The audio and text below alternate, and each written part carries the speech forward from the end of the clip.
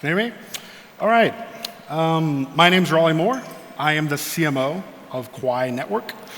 And today we're going to talk about three things, or a trilemma of things, if you will. First, why specialization is a symptom of failure, not a symptom of success in the crypto space. Second, why bridging and the multi-chain narrative is misinformed. And lastly, how Kwai Network is using hierarchical mining, merge mining rather, to transcend the blockchain trilemma and solve these issues. All right. So, why specialization is a symptom of failure, not a symptom of success in the crypto space. What does this mean? So I'll ask you a question. When Bitcoin first launched, what was the narrative? It's not rhetorical. What was the narrative of Bitcoin? Okay, yeah, so to replace money, fix the monetary system. 2009, it started with that narrative in response to the financial crisis of '08. Now, Bitcoin is 13, it's a teenager. It's changed, some good, some bad, as teenagers do, and Bitcoin's no different. So today, what is the narrative of Bitcoin? That's right, store of value, digital gold. So what happened? How did Bitcoin go from a narrative of replacing money to becoming a store of value? So Bitcoin has a relatively low throughput of around 5 TPS compared to that of a MasterCard or a Visa, which has around a 1700 TPS. And obviously 5 TPS is not scalable. So the narrative shifted to digital gold. So after Bitcoin failed at its initial goal of replacing fiat, the narrative shifted to something else to ensure success.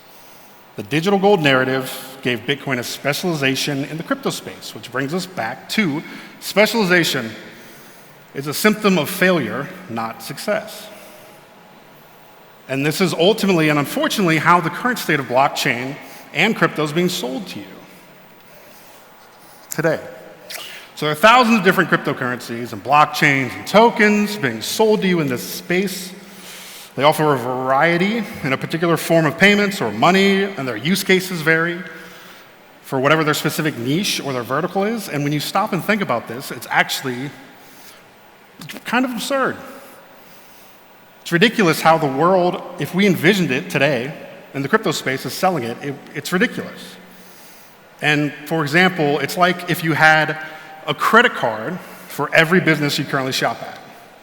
And I'm not talking about a point system, but actual money, tokens. So it'd be worse than the current credit card system. Imagine if you had to buy an ExxonMobil credit card and to buy mobile points to pay for your gas. Or if you had an Emirates card to buy Emirates points to pay for your flights. And then you had to have an Atlantis card to buy Atlantis points to pay for your hotel, and so on and so forth, for every merchant and every brand you're using. It'd be terrible, right? You'd walk around with one of those old CD books of all your credit cards everywhere you went, all the time. You know, so the frictional overhead to actually managing this in real life would be absurd. And this is how the crypto space is being sold to you today. In the current narrative, the solution to that is bridges. That brings us to point 2. Why bridging and the multi-chain narrative is misinformed. So, as I said, as a solution to this specific problem, we have bridging, but so far this is not a great solution at all.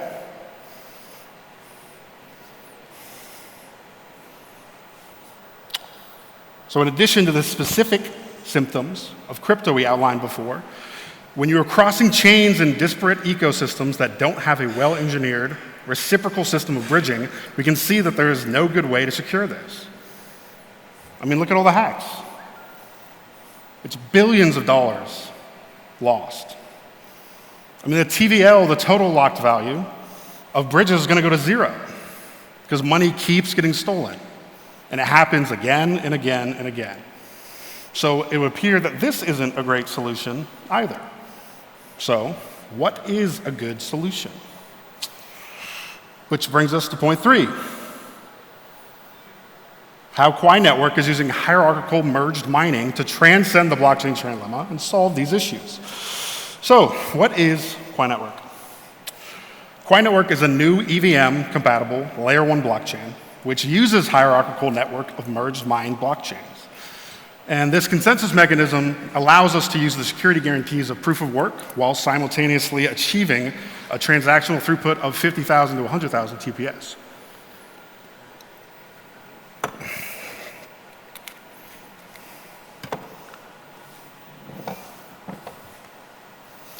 And Quai's multi-threaded EVM-based network of blockchains gives users low fees and high decentralization without network downtime. And when I say a network of blockchains, what do I mean?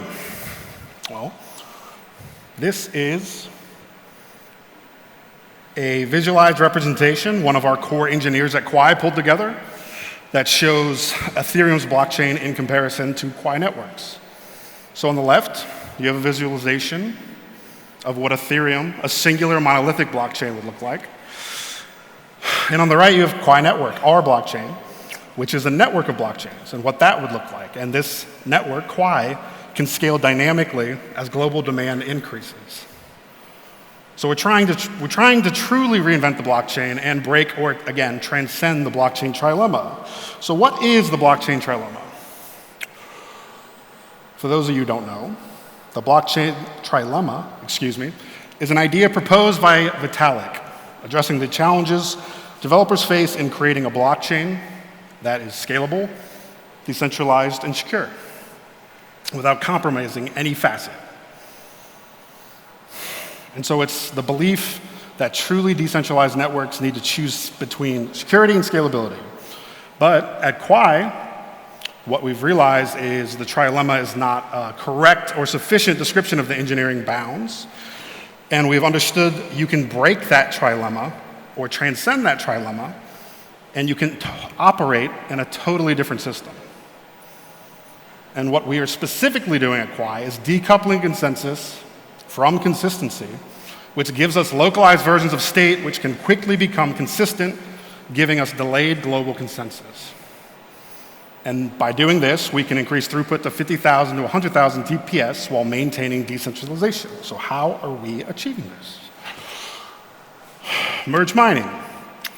That is the mechanism we're using to achieve this, hierarchical merged mining. And with that, we have the ability to transfer state across chains. But you have not introduced new mechanisms or trust beyond those already implicit in proof-of-work mining to enable those interactions. Whereas the bridges we spoke about earlier are obviously vastly more complex with vastly new trust accommodations when you are going across those different blockchains.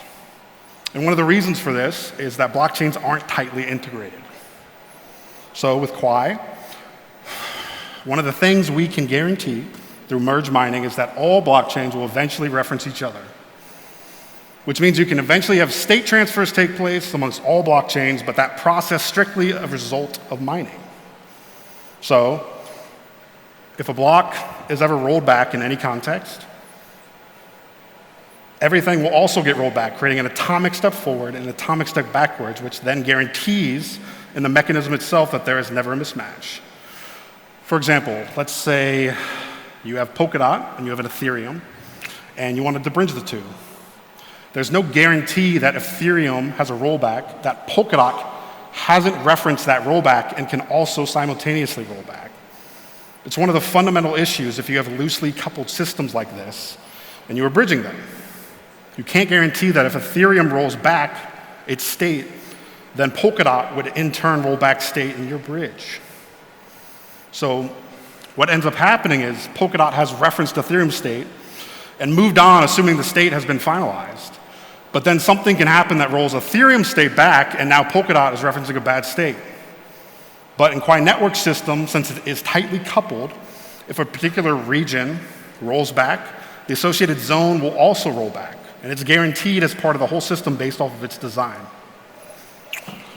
So that ensures that all of our forward progressions and all of the backwards progressions are allowing synchronization,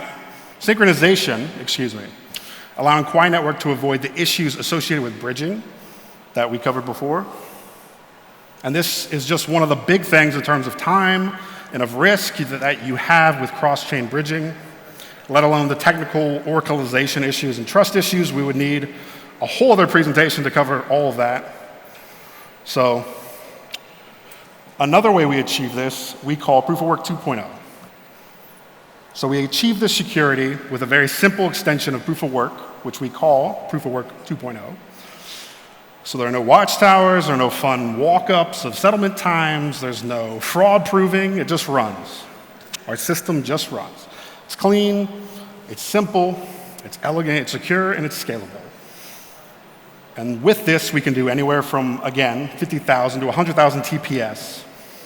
And with that, we think we can get people to realize that the multi-chain narrative is not only misinformed, but ultimately has an end date.